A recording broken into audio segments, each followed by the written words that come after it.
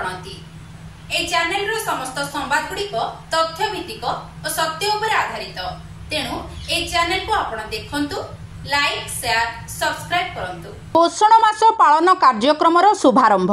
बरगढ़ जिला महिला और शिशु विकास विभाग पक्षर 25 तारिख दिन बरगढ़ बयनशिल्प सम्मिलनी कक्षठारे जिला स्तरीय पोषण मास पालनर शुभारंभ होईछि। जिला समाज मंगल अधिकारी नेतृत्व में आयोजित उक्त कार्यक्रम में जिलापाल आदित्य गोयल अध्यक्षता करने सह जिलार समस्त स्थान में जेपरी कोनोसी माँ किंबा शिशु को कुपोषणर शिकार न हुअन्तु सेथिप्रति यथासंभव ध्यान देवाई समस्त को निर्देश देइछन्ति। कार्यक्रमर मुख्य उद्देश्य बुझाई उत्तम पोषण, सुस्थ जीवन, रक्तहीनता यार परीक्षा एवं चिकित्सा विषय में आलोचना करने सह पोषण मास पालनर मुख्य उद्देश्य विषय में जिला समाज मंगल अधिकारी श्रीमती संध्याराणी नेपाक आलोचना करथिले।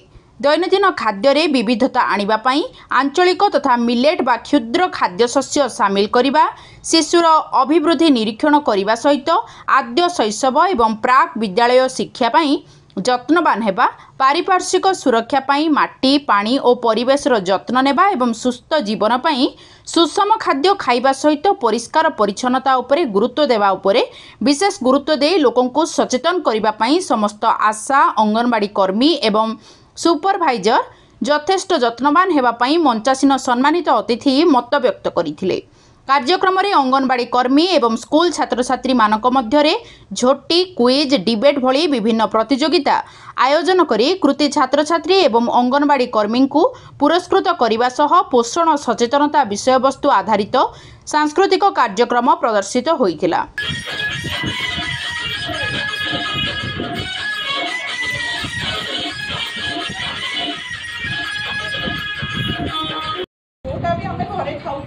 बिना मसला तेल चकटी 6 मास जेबे हम आम आरंभ करवा से अंगनवाड़ी केन्द्र में आमर छुआ मान अन्नप्राशन व्यवस्था आम पाखपाख 2-3टा अंगनवाड़ी सेंटर को मिसेकरी जो छुआ मान 6 मास पूरा जाऊँगी से पेरेन्ट्स को उपस्थिति रे माँ मान उपस्थिति रे आम जो बाहरिया खाद्य कर